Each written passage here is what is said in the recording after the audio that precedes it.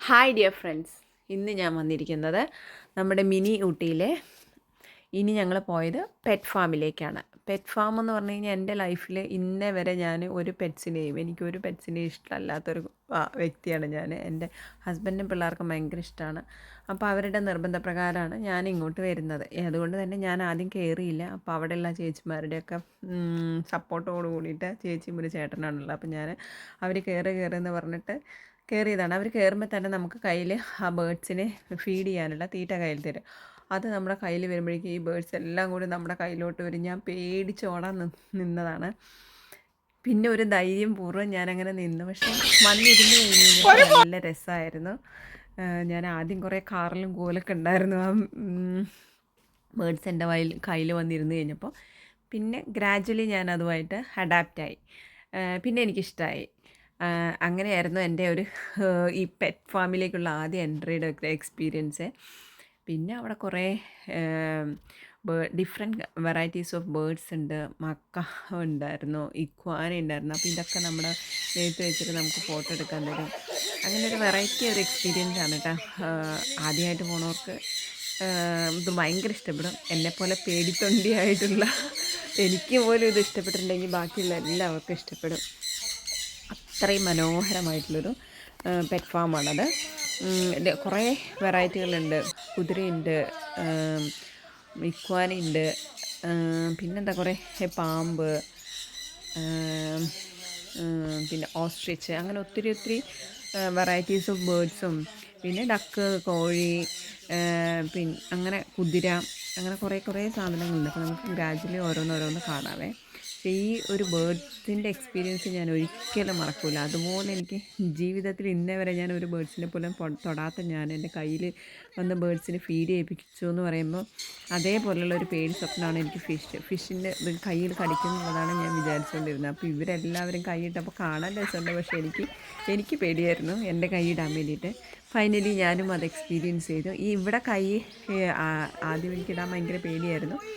Finally ഞാനും ഇട്ട് അതിൻ്റെ ഒരു എക്സ്പീരിയൻസ് ചെയ്തു. ഇത്രയും ഫിയറുള്ളൊരു സംഭവമല്ല എന്ന് എനിക്ക് അഡാപ്റ്റ് ചെയ്ത് എനിക്ക് മനസ്സിലാക്കാൻ പറ്റി.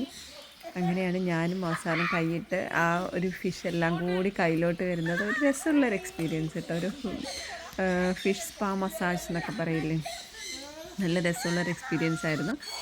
അങ്ങനെ നമുക്ക് എന്താ പറയുക, നല്ല ഫ്രണ്ട്ലി ആയിട്ടുള്ളൊരു പെറ്റ് ഫാമാണ്. അപ്പോൾ വന്ന് എല്ലാ കുഞ്ഞുങ്ങൾക്ക് വരെ എല്ലാവർക്കും ഇഷ്ടപ്പെടും. പാമ്പ്, ഇതിനെയൊക്കെ നമ്മുടെ തോളിൽ വെച്ച് തരും. ഞാൻ അത്രയും ധൈര്യമൊന്നും എനിക്കുണ്ടായിരുന്നില്ല. ഹസ്ബൻഡും പിള്ളേരും എല്ലാവരും പാമ്പൊക്കെ തോളിലൊക്കെ വെച്ച്, അതുപോലെ ഇക്വാനയൊക്കെ തോളിൽ വെച്ച് ഫോട്ടോ ഒക്കെ എടുത്തു. എനിക്ക് അത്രയ്ക്കും ധൈര്യം ഉണ്ടായിരുന്നില്ല. അങ്ങനെ നല്ല രസമായിരുന്നു കേട്ടോ. അപ്പോൾ ഞാൻ പറഞ്ഞില്ലേ, മിനി ഊട്ടിയിൽ പോയി കഴിഞ്ഞ് കഴിഞ്ഞാൽ വൺ ഡേ നമുക്ക് ഇഷ്ടം പോലെ സ്പെൻഡ് ചെയ്യാനുള്ളൊരു സമയവും നമുക്കത് ചെറിയ കുഞ്ഞുങ്ങൾക്ക് പോയാൽ പോലും ഈ ഫിഷും ബേർഡും ഒക്കെ നല്ല ഇഷ്ടപ്പെടും. അത് പിന്നെ ഇവിടെ ഇങ്ങനെ എന്താണ് പറയുക, റാറ്റ്, ഓസ്ട്രിച്ച്, എമ്മു, പൂങ്കന്നൂർ കാള, അങ്ങനെ കുറേ ബേർഡ്സും ഉണ്ട്, മൃഗങ്ങളും ഉണ്ട്. പിന്നെ ഇതൊക്കെ കാണുകയും ചെയ്യാം. അവർക്കൊരു പുതിയ എക്സ്പീരിയൻസ് ആയിരിക്കുമല്ലോ. പിന്നെ എടുത്തു പറയേണ്ട ഒരു കാര്യമാണ്, ആ ഫാം നടത്തിക്കൊണ്ട് പോകുന്ന ആൾക്കാർ. അവർ ഏത് കാര്യം ചോദിച്ചു കഴിഞ്ഞാലും നമുക്ക് നല്ല സപ്പോർട്ടോട് കൂടിയിട്ട് എല്ലാം പറഞ്ഞു തരികയും പിന്നെ ചെയ്തു തരികയും. പിന്നെ നമുക്ക് ഇങ്ങനെ ചില ഫാമുകളിലൊന്നും തൊടാനൊന്നും സമ്മതിക്കില്ലല്ലോ. ഇവിടെ നമുക്ക് ഫിഷ് സ്പാ ഉണ്ട്. അതുപോലെ ബേഡ്സിന് എല്ലാവർക്കും വന്നു കഴിഞ്ഞാൽ ഫോട്ടോ എടുക്കാൻ അവർ നമ്മുടെ മേത്ത് വെച്ച് തരും, അങ്ങനെ ആഗ്രഹമുള്ളവർക്ക്. പിന്നെ അതുപോലെ തന്നെ ഈ ക്യാമലിൻ്റെ അവിടെ ഞങ്ങൾ ചെന്നപ്പോൾ ക്യാമൽ സവാരി ഉണ്ടായിരുന്നില്ല. പക്ഷേ ഞാൻ അതിന് മുന്നേ കേട്ടിട്ടുണ്ട് ക്യാമൽ സവാരി ഉണ്ട് എന്നുള്ളത്. അപ്പോൾ എനിക്ക് അത് കൃത്യമായിട്ട് അറിയില്ല. ഞങ്ങൾ പോയപ്പോൾ ഉണ്ടായിരുന്നില്ല, അതുകൊണ്ട് ഞങ്ങൾ ചെയ്തിട്ടില്ല. പക്ഷേ ക്യാമലിനെ കാണാൻ പറ്റിയിട്ടുണ്ടായിരുന്നു. പിന്നെ അതുപോലെ എന്താണ് പറയുക, എമു, ഓസ്ട്രിച്ചും അവിടെ ഉണ്ടായിരുന്നു. അങ്ങനെ വെറൈറ്റീസ് ആയിട്ടുള്ള മൃഗങ്ങളും ഉണ്ട്. എന്നാൽ ഒരു ചെറിയൊരു സ്പേസാണ്, വലിയൊരു സ്പേസൊന്നും അല്ല.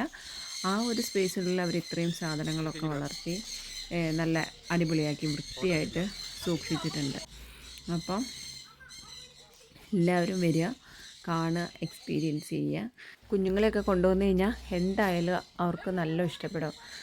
മീൻസ് അവർ കാണാത്ത കുറേ ബേഡ്സും മൃഗങ്ങളൊക്കെ. പിന്നെ അവർക്ക് ടച്ച് ചെയ്യണമെങ്കിൽ ടച്ച് ചെയ്യാം. അവർ എല്ലാം ഫ്രണ്ട്ലി ആയിട്ടുള്ള ബേർഡ്സാണ്. അതുകൊണ്ട് തന്നെ അവർ ഉപദ്രവിക്കുകയൊന്നുമില്ല. അപ്പോൾ പാമ്പാണെങ്കിലും മക്കാവാണെങ്കിലും ഇതൊന്നും നമ്മൾ ഉപദ്രവിക്കുകയൊന്നുമില്ല. അപ്പോൾ അത് നമ്മുടെ തോളിൽ വെച്ചിട്ടും ഒക്കെ അവർ ഫോട്ടോ എടുക്കണമെങ്കിൽ ഫോട്ടോ എടുക്കാം. പിള്ളേരെ ഹസ്ബൻഡൊക്കെ എടുത്തിട്ടുണ്ടായിരുന്നു. എനിക്ക് പേടിയായത് കാരണം ഞാൻ എടുത്തില്ല കേട്ടോ. അപ്പം അങ്ങനെ ധൈര്യമുള്ളവർക്ക് അങ്ങനെ ചെയ്യാം. എനിക്ക് ഒന്നാമത് എല്ലാത്തിനെയും പേടിയാണ്. അതുകൊണ്ടാണ് ഞാൻ ചെയ്യാതിരുന്നത്. പക്ഷേ കുഞ്ഞുങ്ങൾക്കൊക്കെ നല്ല ഇഷ്ടമാവും. അവർക്ക് കാണാത്ത മൃഗങ്ങളെ കാണുകയും കാണാത്ത പക്ഷികളെ കാണുകയൊക്കെ ചെയ്യാം. പിന്നെ അവരെ തൊടാനുള്ള അവസരമൊക്കെ ഉണ്ടാകുമ്പോൾ അതൊരു വെറൈറ്റി എക്സ്പീരിയൻസ് ആണല്ലോ.